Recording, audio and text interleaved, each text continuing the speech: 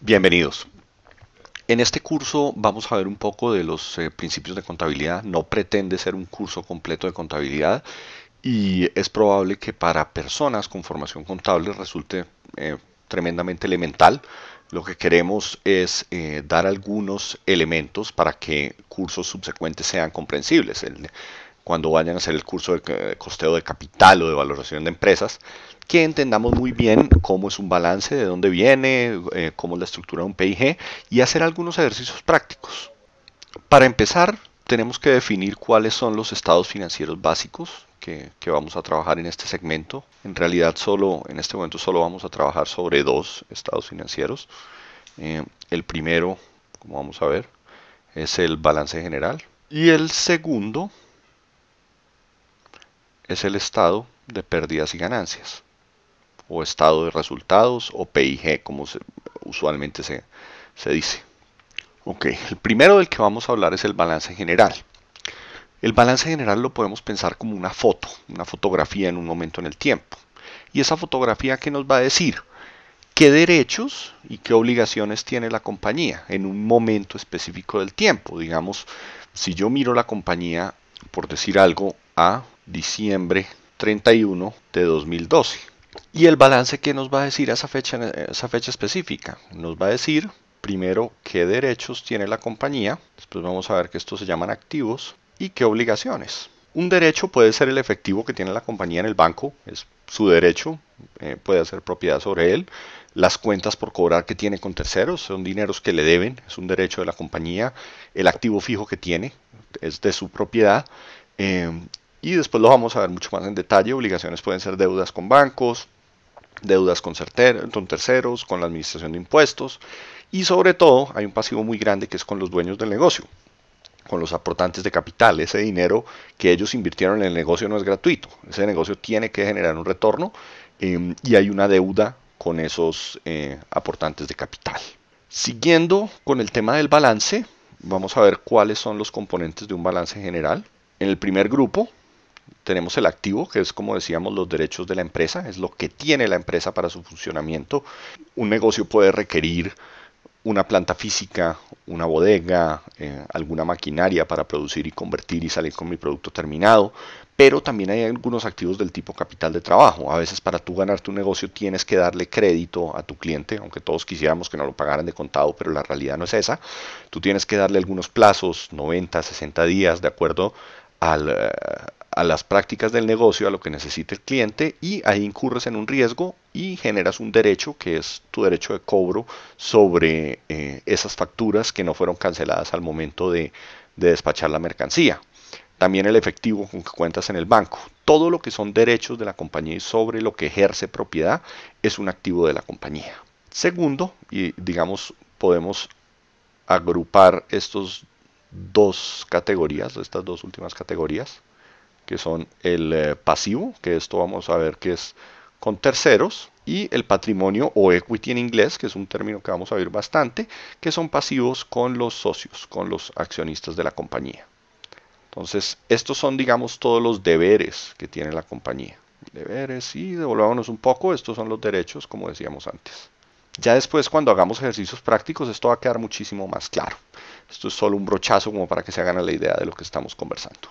Bueno, y esta es la notación general que usamos para ver gráficamente un balance, donde, pues como decíamos, a la izquierda estamos dibujando nuestros activos. Aquí podemos tener el efectivo, podemos tener las cuentas por cobrar, podemos tener el inventario para la venta o en producto terminado o en producto en proceso, podemos tener nuestra propiedad, planta y equipo, la maquinaria y las bodegas que necesita la empresa para funcionar y en sí pues todos estos derechos sobre los que la empresa tiene propiedad.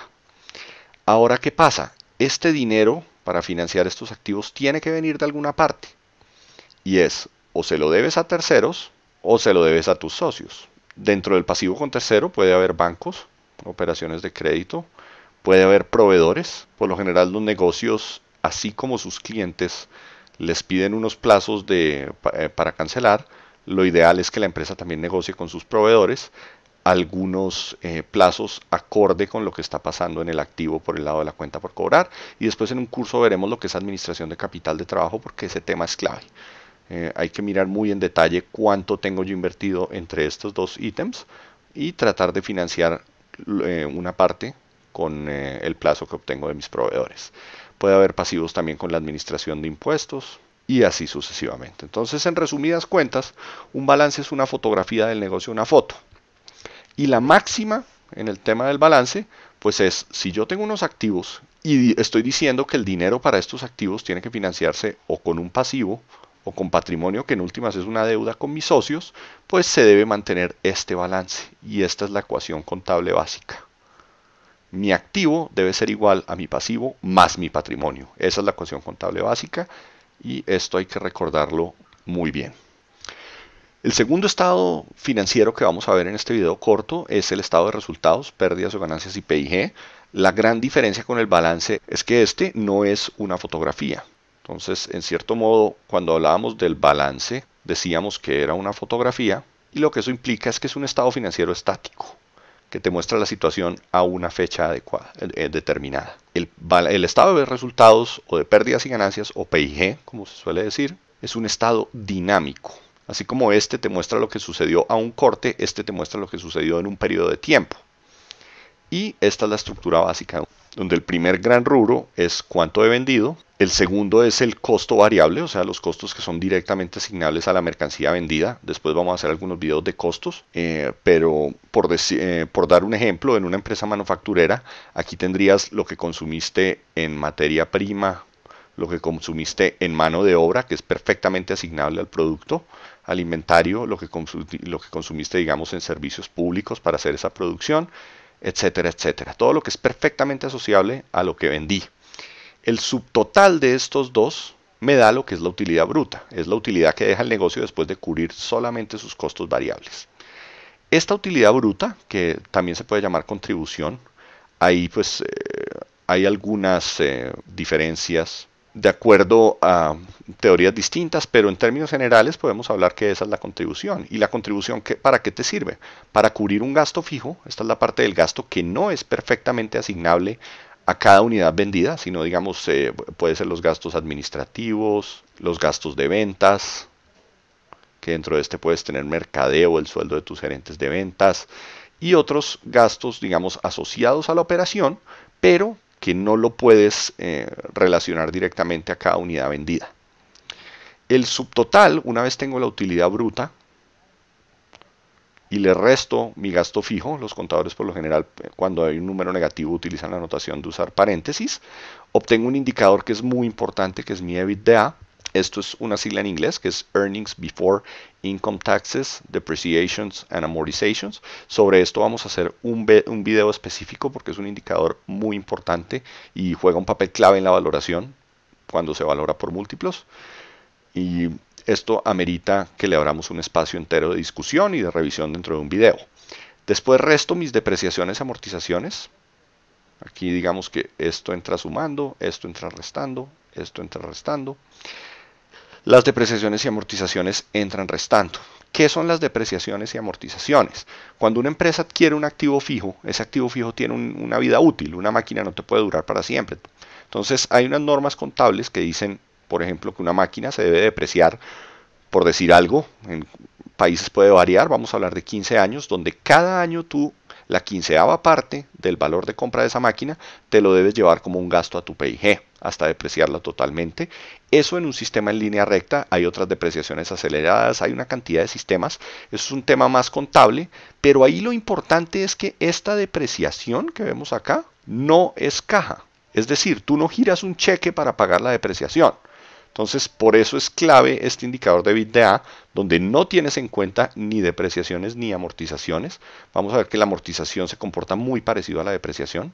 Esto es cuando la ley de un país, algunos gastos, por ejemplo, preoperativos, software y esas cosas, en lugar de tú afectar directamente tu estado de resultados, lo puedes llevar al balance y amortizarlo durante un periodo. Sobre los ejercicios que vamos a hacer de práctica, vamos a aclarar mucho más este concepto. Pero por ahora con lo que quiero que se queden es que ninguna de estas dos es caja. Ese subtotal es la utilidad operativa. Aquí digamos que estos dos conceptos lo que tienen es un efecto tributario porque son deducibles. Pero bueno, ahí tenemos este subtotal que es la utilidad operativa. Después restamos la parte no operativa del PIG, que es esto, lo que no está relacionado con la operación, que puede ser mi gasto financiero, lo que pago en intereses. Esto muchas veces se toma un valor neto, donde lo que rinden mis inversiones temporales o lo que los excedentes de la empresa entran sumando y lo que cuesta la deuda entra restando. Y también algunas diferencias en cambio. La diferencia en cambio no la vamos a abordar por ahora, sino más adelante en algún curso de exposición lo vamos a tomar en detalle. Algunos otros ingresos y egresos que no sean asociados a la operación y pues aquí el pago a tu mayor accionista o al accionista más importante de la empresa, que es el gobierno, que se lleva un porcentaje de tu utilidad antes de impuestos. Aquí, antes de esto, viene un subtotal que no pusimos, que vendría siendo mi utilidad antes de impuesto. Y finalmente, pues llegamos a la utilidad neta, que es el resultado del ejercicio. Por ahora vamos a dejar ahí. Ya en un video próximo, mediante ejercicios prácticos, vamos a entender mucho más claramente estos conceptos. Muchas gracias.